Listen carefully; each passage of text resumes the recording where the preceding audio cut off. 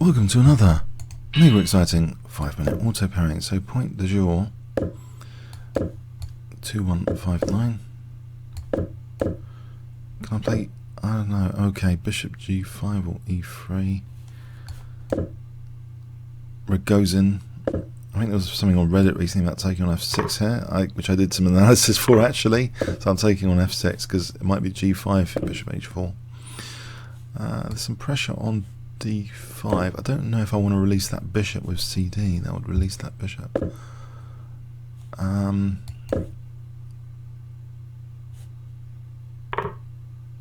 Oh, I don't want an isolated queen's pawn actually. cd, I definitely don't want an isolated queen's pawn. I don't fancy it. Although it might have been good, but I just don't fancy it here. Okay, so knight b5, nope, knight f3. There's always got knight c6 to a5. This is an awkward configuration tactically, so I'll put that back there. That e5 square, yeah. This looks like a dull World Championship game or something with symmetrical pawn structure at the moment. So let's see, I'm protecting now c3, except he's got the bishop pair. This can't be that good for me at the moment. Knight e4 to c5. Can I use c5? Just about.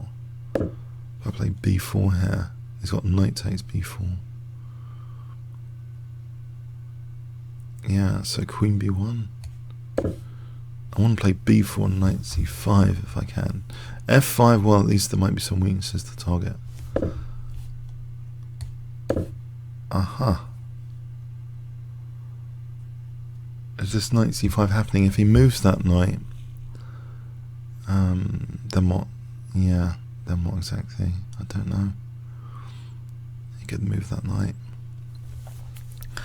Bishop d3. Oh, why is he giving me b5? That seems a bit odd. Maybe bishop takes b5. Takes a4. It's improving my bishop a little bit. I mean a4 for example, or ab. Nice. Remove my c5 control there. Yeah, maybe, I don't know. I don't know if this is any better or worse now. b4 is obviously a pass pawn. Obviously this is a pass pawn. And he's still got the bishop pair. On the plus side, this is kind of blunted at the moment. I've got more pressure on c6. If the knight moves, maybe knight e5 is useful. Although now knight b3, that looks a bit loose. Yeah, I think tactically, again, it's suspect. What about rook here? Just for rook d7. Avoiding exchange of rooks there, using that d7 square might be my best bet. Trying to use d7. Now knight e5, if that's not tactically failing, might be interesting for knight d7 even. I don't know what knight d7 is doing in particular. But, okay, this knight hasn't got a square right now, and it also can't even go back to c6. Right, it's got b3 now. Okay. Can I play this? Maybe with the idea of e4, but then this bishop. If knight, hang on, if knight b3, rook d5 takes here, takes this one. So I'm not sure I've got any meaningful pressure right now. That's a shame. Yeah, it's a tricky position. What about knight d3? Hold on, knight d3 is on b4 at least. What would he do to that? b3, it's a bit committal. Knight f4 to h5. Then there's queen a1 looking at here, or trying to provoke some weaknesses on this diagonal. Probably that's an idea. Knight d3 to f4, knight to h5 later. It might be an interesting idea. I can't really see. I mean, I want to keep this bishop blunted, right? I don't really want to play e4. The knight to b3 isn't that lethal at the moment. Where does it go? You know, from there. Where does it go from there? Knight d3 to f4. There might be queen b2 as well. Useful.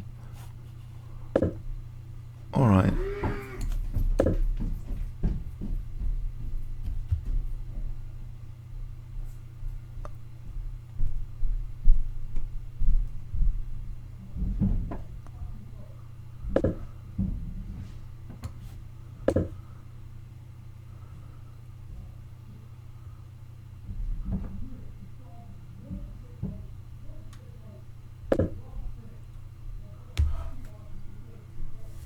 Okay, so rook takes and then rook d1 or rook c1. Bishop d3 drives away that rook for a moment. I'll play back to b5 or bishop e4 just to get rid of the bishop pair. Maybe that's a key thing, because actually this bishop, again, I mean, as long as I don't play e4, then this bishop's not going to crush me on this diagonal, I would hope, although the b pawn is pretty dangerous. Also at the moment, okay, this d file, get rid of the bishop pair here. Although, okay, let's lurk around his king. This rook c2 strangles my queen, unfortunately. I can't really do anything with my queen. Actually, knight d3. Trying to win this b2 pawn before. Oh, there's no. There's bishop e4. No, I'm visualized. There was queen e4. Okay, knight g3. Okay, is there queen a2? Am I getting in big trouble here with queening? Maybe he just queens soon. He's got to be careful on the clock. He's been a bit slow recently, but I don't know if he's like forcibly queening. This is a bit of a concern. He's on the brink of some tactic. Oh, it's going to be on g2 or c1. Yes. Hang on, takes. There's queen takes b2 there. Let's call this bluff, because I think queen takes b2 protects g2. He's only got like 10 seconds here. Right, knight d3. Check. Oh, he doubles there, right. So knight f4. Maybe this one.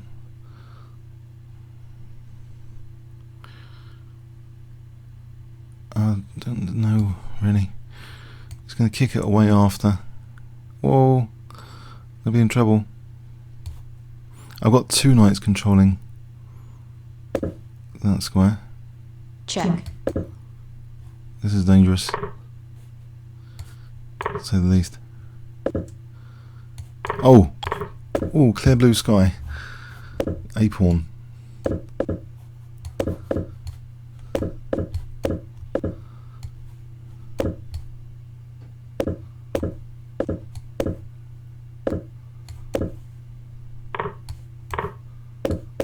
Okay, play on. Check. Okay, yeah, that was really an intense game. But yeah, this came up in Reddit recently with bishop h4. I think like g5 is the engine choice, and it's also live book choice. I know this. I've been researching this recently. Knight e4, yeah, engine choice. It's so black's getting some pressure which you don't really want, and also potential h5. If you encourage h3, then knight takes g3. So that's why I think theoretically, you know, bishop takes f6. Now here, okay, queen b3 is actually, I don't know about queen b3. Yeah, it looks, oh, knight e4.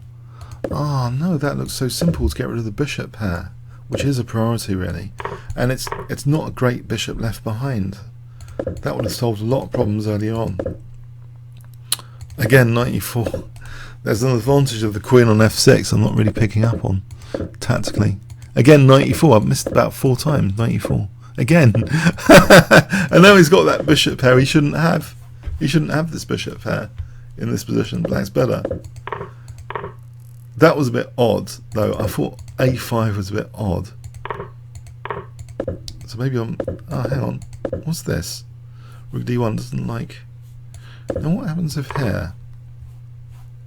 Oh, hang on. Rook fd1. F takes... I don't get that one. Okay, 96 tactical.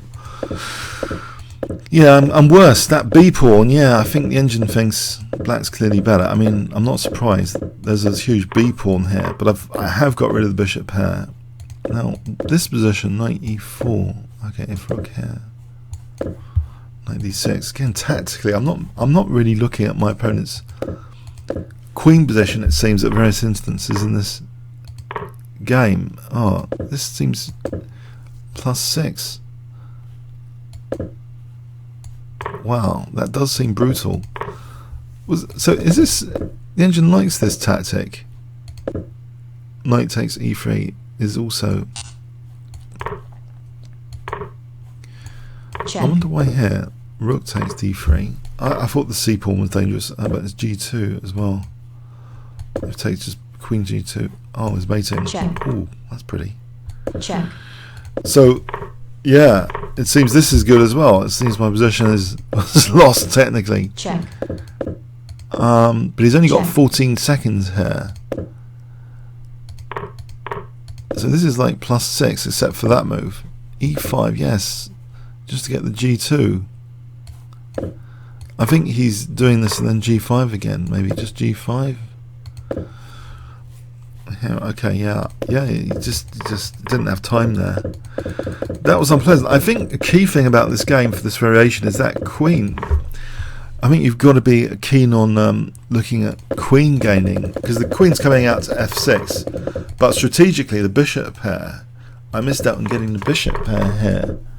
Knight e4. I mean, it's such a key. It's a forcing move, but it's got a strategic advantage to it to rob black of the bishop pair and leave black with that worse bishop. So I think that's one thing about this game. Okay, I hope you got something from it. Comments or questions on YouTube. Thanks very much.